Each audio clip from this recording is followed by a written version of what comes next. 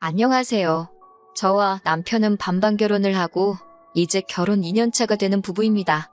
결혼 후에 명절에 인사드리러 가면서 생긴 일입니다. 결혼 전에는 이런 부분에 대해서는 들은 바가 없어서 알지 못했어요. 시아버지가 형제가 아주 많은 집에서 막내시랍니다. 그리고 시큰 집에서는 제사와 차례를 다 지낸다고 하네요. 아들이나 장손 이런 걸 엄청 따지신다고 합니다. 제사 안 지내면 하늘이 무너진다고 생각하는 큰 집인데 문제는 말씀드린 대로 시아버지가 막내라서 문제라고 하십니다. 그래도 막내라고 장손이신 남편의 큰아버지만큼은 아니지만 집안에서 조금 투자를 해주셨다나 봐요. 그래서 시아버지는 서울에서 공부도 할 수 있었다고 합니다. 시어머니도 아버님께서 서울에서 대학 공부하던 시절에 만나게 되었고 결혼까지 하게 되었다고 하고요. 아버님께서 집안에 도움도 받고 결혼까지 했으니 거기까지만 들으면 나쁠 게 하나도 없는 이야기인데 아무래도 아버님 위로 남자 형제들이 많이 있다 보니 집안에서 여자들끼리 문제가 생겼나 봐요.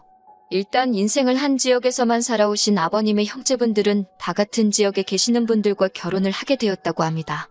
그래서 서울 출신인 시어머니를 엄청 싫어하셨다고 해요. 거기에 그것뿐이겠나요? 시조부 시조모님이 살아계시는 동안에는 괜찮았지만 두 분께서 돌아가시고부터는 남편의 큰어머니들이 시어머니를 향해 불편한 기색을 숨기지 않으셨답니다. 다른 지역에서 왔다고 싫어하고 또 첫째 큰시아버지를 제외한 나머지 형제들은 우리 아버님에 비해 집안의 지원이나 그런 걸 하나도 받지 못하셨으니 그걸 가지고 또 형제들끼리 이간질도 하셨나 봐요. 그러면서 명절이나 제사 같은 게 있으면 며느리들이 힘을 합쳐서 우리 시어머니한테만 모든 힘들고 고된 일들을 몰아주고 그렇게 못살게 구셨답니다. 하지만 시아버지는 막내다 보니 형님들을 등에 업고 있는 큰어머니들을 혼자 당해내지 못하셨고 그렇게 한동안 어머님이 고생을 하셨다고 해요. 그러다가 어머님이 더는 참지 못하겠다고 말하고 그렇게 시부모님은 고향을 떠나서 서울로 상경을 하셨다고 하네요. 그랬기에 시어머니는 더 이상 시어머니의 시댁 식구들에게서 벗어날 수 있었지만 아버님은 형제들과 등을 지게 되었다고 합니다. 뭐 여기까지 들으면 아무 문제도 없고 어머님이 100번 잘하신 일인데 문제는 저희가 결혼을 하고부터입니다. 사실 아버님이 형제들과 완전히 척을 지고 연을 끊고 살았던 게 아니라 아버님 혼자서 몰래몰래 형제들과 연락을 하면서 지냈다고 합니다. 사실 저희 결혼식에도 아버님께서는 당신 형제들을 초대하고 싶으셨나 봐요. 하지만 어머님이 못 부르게 하셔서 못했다고 합니다. 보통 명절에는 시댁이나 친정이나 다 서울에 있다 보니 하루씩 날을 잡아서 양가에 다녀오고 있어요. 나머지 연휴는 집에 돌아와서 쉬고 있고요. 그 외에도 생신이나 어버이날같이 자잘한 행사들도 챙기고 있습니다. 그런데 지난 설날에는 아버님께서 저희를 부르시더니 충격 선언을 하시더라고요. 올 추석부터는 큰 집에 가겠다고 하시면서요. 아버님에게 큰 집이니까 저한테는 시큰 집이죠. 앞서 설명드린 대로인데 어머님도 아버님한테 그게 무슨 소리냐고 하면서 당신 미쳤냐고 하는 겁니다. 아버님께서 하시는 말씀은 우리 큰형님도 70이 넘었다고 이제 살아봐야 얼마나 더 살겠냐면서 당신은 이제 명절 때 꼭 당신 형제들을 봐야겠다고 하시는 거였어요. 어머님은 미쳤냐고 그 집구석에 내 발로 들어갈 일은 없다고 단호하게 거절하셨습니다. 아버님은 어머님을 설득한다고 하시는 말씀이 이제 형님들도 다 며느리들 보고 했으니 당신한테 그때처럼 일거리를 시킬 것도 없다고 하십니다. 큰형수님이 진두지휘하고 며느리들이 다 알아서 하니까 당신은 거기 가서 차려놓은 음식만 맛있게 먹고 오라는 거예요. 그래도 어머님은 계속 정색을 하시면서 싫다고 하시더군요. 제가 시집살이를 겪어본 건 아니지만 자초지종을 알고 있는 제가 볼 때 어머님한테는 그 당시가 얼마나 안 좋은 기억이었는지 이해가 가는 정도였습니다. 하지만 아버님은 계속해서 그 집을 나온 이후로 부모님 제사도 한 번 안 드려보고 묘에도 가본 적이 없다고 하시면서 그런 자기 속은 어떻겠냐고 말하며 어머님 보고 참 이기적이라고 하시더군요. 아무튼 두 분이서 분위기가 험악해지니 덩달아서 저희도 그 자리가 불편해졌어요. 어머님은 아버님하고 점점 언성이 높아지다가 방에 들어가서 드러누우셨고 아버님은 거실에서 담배만 계속해서 뻐끔뻐끔 피워대셨습니다.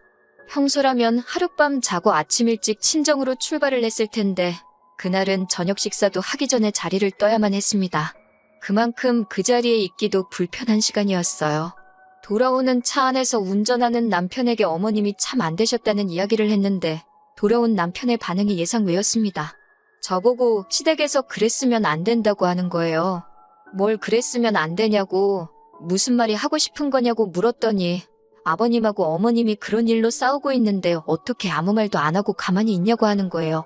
부부싸움은 칼로 물베기라는데 친구 부부가 싸우는 것도 아니고 시부모님이 싸우는 건데 그걸 내가 무슨 수로 말리냐고, 그러는 너는 뭐 했냐고, 자기도 가만히 있었으면서 집안 분위기 험악해진 게 왜 내 탓이냐고 한마디 했습니다. 저는 남편이 저한테 뭘 기대한 게 아니라 자기 부모님이 싸우는 모습을 보여줘서 짜증이 나서 저러는 줄 알았는데 그게 아니었어요. 남편은 저보고 어머님이 왜 큰 시댁을 그렇게 싫어하게 된 건지 자기가 자초지종을 다 이야기해주지 않았느냐 하면서 그 자리에서는 제가 어머님을 안심시켜줬어야 한다는 거예요. 그러니까 어떻게 안심을 시켜드리냐, 그걸 내가 무슨 수로 어떻게 해야 하는 거냐 따지니 아버님이 하신 말씀 못 들으셨냐고, 며느리들이 다 집안일을 하고 있다는 말에 제가 어머님한테 가서 큰집 가서 일은 제가 다 하면 되니까 어머님은 걱정 말고 쉬고만 계시면 된다고 했으면 좀 좋았냐고 하는 거예요. 다른 사람도 아니고 남편이 그런 말을 했다는 게 정말 이해가 되지 않았습니다. 그러니까 지금 저보고 일면식도 없는 남편의 큰집에 가서 제사 준비하고 전 부치고 그래야 한다고 말하는 거잖아요. 제가 제대로 들은 게 맞냐고 물으니 남편이 자신있게 맞다고 합니다.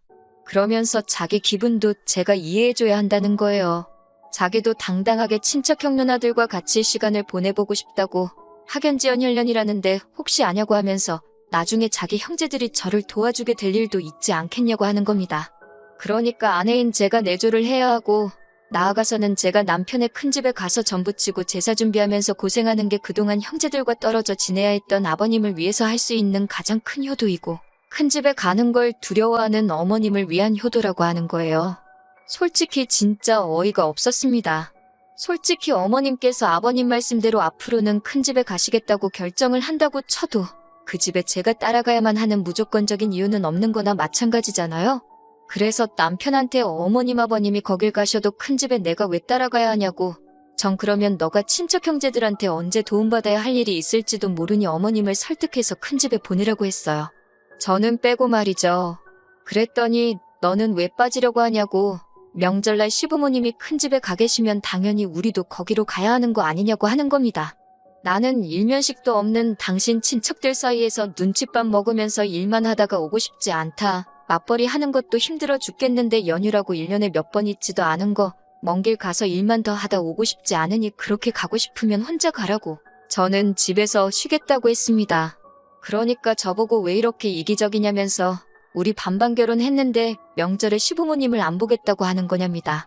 반반 결혼했으니 양가에 똑같이 해야 한다면서 저보고 명절에 시부모님 따라 큰집에 가지 않으면 앞으로 저도 친정에 갈 생각을 하지 말라는 거예요. 그게 공평하다고 하면서 말이죠. 그게 말이냐고 아니면 방구냐고 조금만 생각해서 말하라고 한마디 했습니다. 저도 큰집 있다고, 그런데 나는 어릴 적 이후로 큰집에 다녀온 적도 없고 안 다녀서 별 문제도 없다고 했어요. 반반 결혼했다고 공평한 거 불공평한 거 따지지 말라고, 전 그러면 시부모님이 큰집 다녀오시고 돌아오신 날에 시댁에서 보자고 했습니다. 그러면 친정부모님도 뵙고 시부모님도 뵙고 공평하게 똑같은 거 아니겠냐고 말이죠. 그렇게 말하니까 아무 말도 하지 못하더라고요. 한참 끙끙대면서 아무 말도 못하고 운전대만 잡고 있던 남편이 너는 어쩜 사람이 그렇게 계산적이냐고 하면서 저보고 조금도 손해볼 줄 모른다고 합니다. 아버님이 그렇게 원하고 남편도 그렇게 원하면 조금 손해보더라도 그렇게 따라줘야 하는 거 아니냐고, 그게 며느리고 아내로서 해야 할 도리가 아니냐고 하는 거예요. 그러면서 지금이야 똑같이 반반 결혼해서 이러고 있지만 앞으로 자기가 회사 다니면서 벌어오는 월급은 저보다 더 높아질 것이고, 심지어 저는 아이가 태어나면 회사를 그만둬야 할지도 모르는데 그때 가서도 공평 불공평 이야기를 하겠냐고 하는 겁니다. 자기였다면 친정부모님이 같은 상황이었으면 이것저것 생각 안 하고 다 해드렸을 거라고 하면서요. 진짜 너무 열받아서 운전하고 있는 남편 손목을 꺾어서 핸들을 뒤집어 버릴까도 싶었는데 그러면 저까지 위험하니 그렇게까지 하지는 않았습니다. 남편한테 당장 보이는 휴게소에 차를 세우라고 했어요. 그리고 차 세워놓고 남편한테 한바탕 소리를 질렀습니다. 저보고 계산적이라고 했냐고, 손해보는 일 안 한다고 했냐고 따졌어요. 남편은 지금 너가 하는 게 그렇지 않냐, 너 좋은 것만 하려고 하고 싫은 건 안 하려고 하지 않느냐고요. 그래서 지금 내가 손해를 안 보려고 한다고 말을 꺼낸 건 앞으로 큰 집에 가게 되는 게 나한테 손해라는 걸 너도 알고 있어서 그러는 거 아니냐고 한마디 했더니 또다시 앞을 쌓는 표정으로 아무 말도 하지 못하더라고요. 그리고 월급 이야기가 나와서 말인데 내가 애가 태어나서 회사를 관두게 되는 건 또 뭐가 문제냐고 했습니다. 남이 자식 키우는 것도 아니고 우리 애 때문에 그러는 건데 너는 그걸 계산하는 거냐고요. 그러면 차라리 잘 됐다고 내가 대신 배불러서 애는 낳아줄 테니까 키우는 건 너가 하라고 했어요.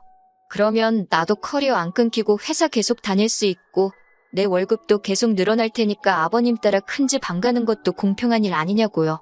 남편은 쩔쩔매면서 아무 말도 못하고 있더라고요. 그러더니 저한테 하는 말이 글쎄 자기 친구들 와이프는 남편이 가자면 다 따라간다는데 너는 왜 그러냐고 소리를 치더군요. 그래서 네 친구들 와이프들도 반반 결혼했냐고. 내 친구들은 다 남편이 집해오고 해왔는데 큰 집은커녕 명절에 시댁에도 안 간다더라고. 그러면 우리 반반 결혼한 거 돈으로 돌려주고 대출 없이 집 한 채 해오라고 했습니다. 지원받은 거는 친정 부모님께 돌려드리고 그렇게만 해주면 나도 큰 집이건 큰 집 할아버지 집이건 다 따라가 주겠다고요. 어디서 자꾸 자기는 한 것도 없으면서 공평한 거랑 권리만 찾고 있는지. 아버님 생각에 효자가 되고 싶은 건 기특하지만 어머님도 싫다고 하시고 나도 싫다고 하는데 왜 반쪽짜리 효자의 모질이 남편이 되려고 스스로 저러는지 정말 이해가 되지 않았습니다.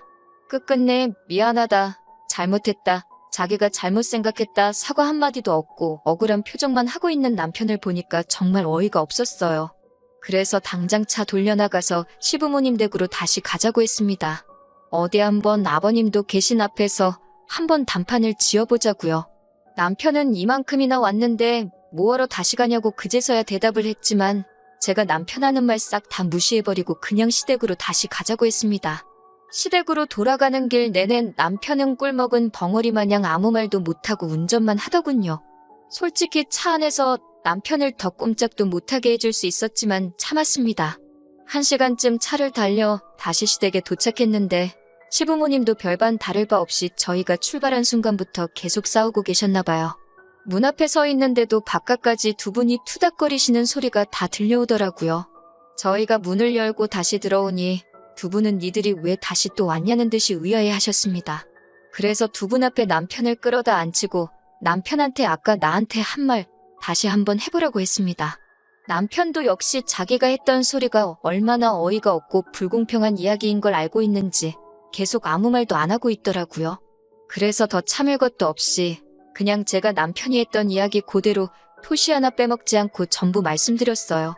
아무튼 이 사건의 원흉이나 마찬가지인 아버님도 제 말에 아들 편 한마디도 거들어주지 못하시고 아무 말도 없고 어머님은 아주 자식이나 아비나 둘 다 똑같은 놈들이었다고 이 집구석 남자들은 생각하는 게 왜 저 모양 저 꼴이냐며 아주 속이 터지고 분통이 터진다고 하시더군요.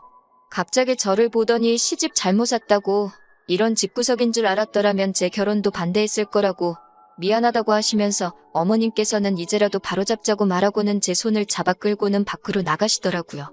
갑자기 제 손을 잡아 끌고 나가시니 아무 말도 못하는 아버님께서 그제서야 어딜 가느냐고 물어보시더군요. 어머님은 마누라 팔아서 지 가족들한테 잘하려는 이 집구석 남자들한테 지쳐서 떠나간다고 소리를 치셨어요. 그리고 남편한테도 네 와이프도 무슨 잘못이냐고 이런 집구석인지 몰라보고 와서 평생 고생할 생각하니 불쌍해져서 어머님이 이혼하러 가시는 김에 저도 이혼시키고 오겠다고 하시는 겁니다. 당신 큰형님 살아봐요. 얼마나 살긴 요새 100세 시대라는데 앞으로 30년은 더 사시는 거 아니냐고 우리 며느리 아무것도 모르고 시집와서 60살이 될 때까지 그 집에서 막내 며느리라고 나처럼 식모대우 당하면서 자비라는 거 대물림 시킬 바에야. 그러기 전에 여자들이 떨어져 먼저 나가겠다고 그 잘난 가족들 보고 싶고 도움받고 싶으면 당신 남자들이 그 집 가서 엉덩이 춤을 추던 전을 부쳐먹던 한번 신나게 우리들 없이 잘 살아보려고 하시는 겁니다. 그러고 나서 진짜로 집 밖에 나왔는데 정말 나오자마자 아버님도 남편도 따라 나와서는 잘못했다고 싹싹 빌더라고요. 아버님은 아버님대로 너무 어머님 마음을 헤아려주지 못했다고 하면서 미안하다고 하고 남편도 미안하다고 저한테 사과하면서 이웃만큼은 하지 말자고 합니다. 그 뒤로는 남편도 큰집 이야기는 속 들어가고 한 번도 꺼낸 적 없어요. 오히려 전보다도 더 저한테 조심스럽고 말이죠. 공동의 목적이 있어서 제 편을 들어주셨지만 어머님 덕분에 남편이 이젠 더 이상 저한테 찍소리도 하지 못하네요. 어머님한테만큼은 잘 해드려야겠다 싶었는데 어머님께서도 명절이라고 시댁 찾아오고 그럴 필요 없다고, 어차피 다 같은 서울 하늘 아래 있는데 보고 싶으면 당신들이 먼저 저희를 찾아오시겠다며 명절 때 의무적으로 올 필요도 없다고 하시네요. 남편이 따지고 보면 저한테 대리효도를 바랬던 건 사실이지만 남편의 부탁 때문이 아니고 제 마음에서 우러나오는 효도를 하려고 합니다.